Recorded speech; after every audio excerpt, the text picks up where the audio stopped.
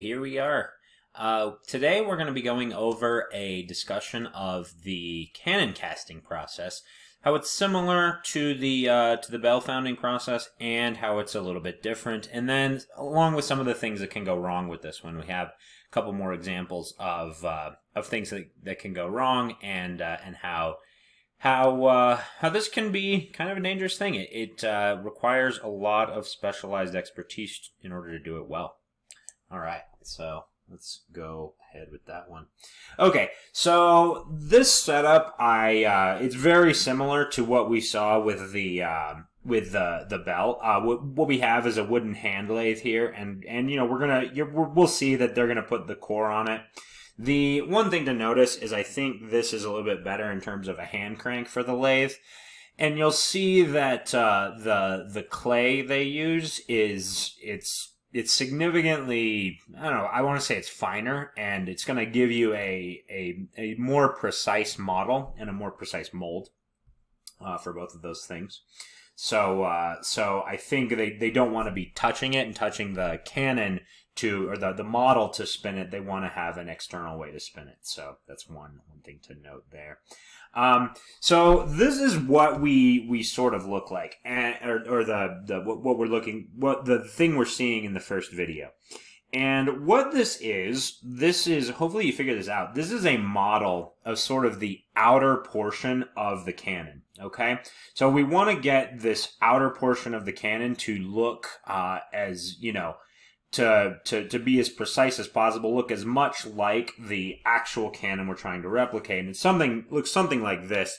I think this one might have actually been cast from iron. I can't really tell, but I think this might have been cast from cast iron as opposed to bronze.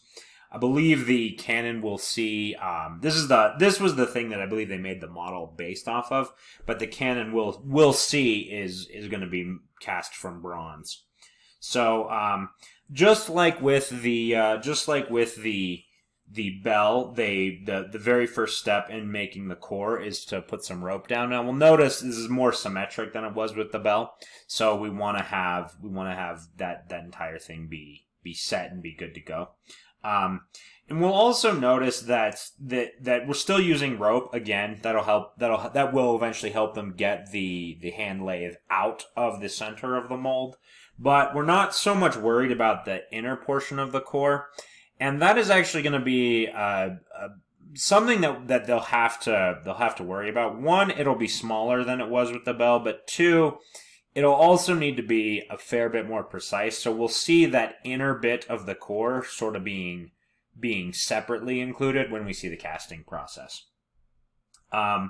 And then this was the process of making the mold. So basically what they did is they threw this molding clay onto the center, and then they had this little piece of wood with the right contour such that when they turned it, it would smooth out and distribute the clay to look like the model they wanted. And over here you can see he's got another. He's going to make two of these, But yeah, and this is, you know, once you know that's been done a while, we get this version of the final mold, and this is not the final mold. This really should be the final model, not the final mold.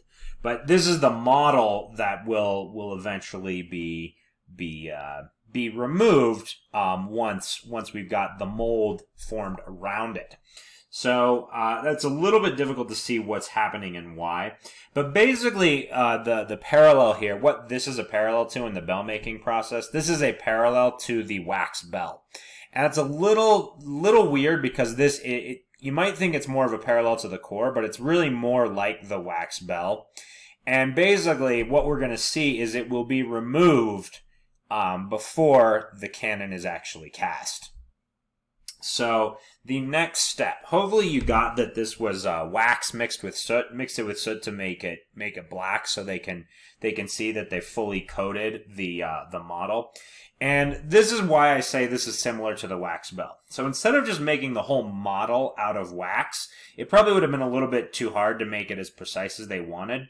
So they made it out of clay that they could shape really easily, and then they just put a small coat of wax, just a small coat of wax on this thing to make the final model for the Canon. So that's really what we're seeing is going on here. Then what they'll do, he just added these wax pieces that are basically going to be used to, I think these, if we back up, it's going to be used to make these things. So those he made those out of pure wax, not out of clay. But I think what that's for is so that you can attach it to a rope and haul it with a pulley system and things like that. So then what they do is they add more clay. And the first layer of clay is this very, very fine layer of clay to give, a really precise shape, like really mold, really get the shape of that model into the clay as well as possible. And then you get this coarser, stronger clay. You probably saw there was hair in both of these clays, but basically you want to make the model stronger. So once you've got it coated in the finer clay to get the details of the model right, you coat it in this thicker clay that's going to be a little bit stronger, and you're going to have more options in what you can do with it. Whoops. Then at the very end of this video, he makes some steel rings and some steel bars. And you can even see an instance of forging when he's shaping these bars. So he's heating up the iron bar and getting it into the right shape. And it wasn't really clear why he was doing this. And if you watch the very last video, I think it was the 7th video in this series, just a different maker, different channel. But you might see why these steel rings and steel bars are going to be so important. And you can see what he's doing, and he's clamping the outer mold with these steel pieces. Okay, so and then tacking some steel bars on, making the final mold, doing all that stuff together. Now, once they got to this point, so at this point the core has been removed, or the lathe core, I should say, has been removed. And what we'll have in here would just have been what where the rope was. Now, interesting thing, right there, you can kind of see that layer of wax. Okay, so I'll erase that. But in this spot, you can kind of see that layer of wax. Now, basically, what we're doing is we're heating this core for exactly the same reason that we heated the last core. One, it will harden the core, make it a little bit stronger. You can also see it's been wrapped in more, this looks like steel wire to make it stronger. But it'll also harden it, and we'll be able to, one, the layer of wax will melt, and then you'll be able to chip away this inner model, which is like this part of the mold. So when you chip that away, what you'll have is you'll have a hollow mold that has the right shape of the outer portion of the Canon that you're looking for. And then what and you can see he's chipping it away here. So the wax is gone. It's hardened, and then with a chisel he's chipping that inner model away, so he's left with the mold that he wants. Now, what they do next is it's a little bit different just because of the forge that they're using and where the bronze comes out of. So instead of burying it in, digging a hole and burying it in the ground, they basically bury it in a box of sand here. But similar sort of thing. You want to secure it as much as you can.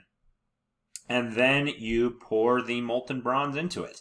Kind of an impressive little setup they have here. And this was apparently possible to make in the Middle Ages. But yeah, you pour the molten bronze into the mold, and that was it. Now, this video, it didn't actually take apart and let us see the end result, unfortunately, but that's what was going on here. Now, one of the things that I think was really interesting, it's why I showed you the other video, is what can happen if your mold isn't properly secured. And this was a very visible example of it. But we saw as this guy, he was just casting a miniature cannon. But as he was almost done pouring, the bottom of the mold cracked open and a whole bunch of molten bronze went everywhere. Now, that's very clearly, somewhat dangerous. You don't want to be stepping in molten bronze. That would be all kinds of bad news. But the other thing is, like, even if it's buried in the ground, it's probably not going to be as dangerous, but you still don't want the mold to crack like that, Because if the mold cracks like that, your cannon's basically going to be ruined. You're going to have done all that work for nothing. So this is why you saw the steel bars, the steel hoops. Basically, it's to make sure that cannon mold is as strong as possible, because you definitely don't want any sort of breaking to go on inside that mold, because then your cannon would be ruined. And even like even if the molten bronze just leaks into the ground, the cannon is still basically ruined. So you want to have that precaution. It's why you bury it. It's why you wrap it in steel. It's why you have that steel wire on the end. You just want that mold to be super duper strong. And that was it for this one. I was hoping that that there would have been some more of these videos made where we could see sort of the final product of the full bombard that they were doing in the Archaeum Metallurgy series, but unfortunately we were not able to see that. So maybe in the future. I was looking through the comments on the video, and he said he was still trying to get the funding to do the casting correctly for the molds that he made. That project may have gotten sideroad. That was like a couple years ago now, so could be that that we'll never get to see those videos. Anyway, I hope you found that process interesting. It is kind of tedious, but I do think you can actually discover a lot about how this technology relates to making bells. And how a lot of thought needed to go into the process of making these bells and these cannons, and then ultimately to the connection between the two. Obviously, the process is very similar, but how do the steeples in cathedrals relate to castle walls vanishing? Well, it was those cannons that ultimately made castle walls useless. With a lot of the siege equipment up to that point, you made the walls thick enough you could hold off the siege. Not true with cannons. Cannons could basically knock over any castle walls there were. So at that point, once cannons became widely used, there wasn't much point in using these fortified defensive strongpoints anymore, because the cannons could just knock them over way too easily. So tactics evolved, and having a fortified castle was no longer really a viable military option. Things had to change, and they did. Maybe a little bit about what war was like about at that point. It's kind of beyond the scope of this, but definitely it's interesting how a metallurgy technology can lead to changes in architecture. Interesting connection to make. Anyway, hope you found this interesting. Thank you for tuning in, and I will see you next time.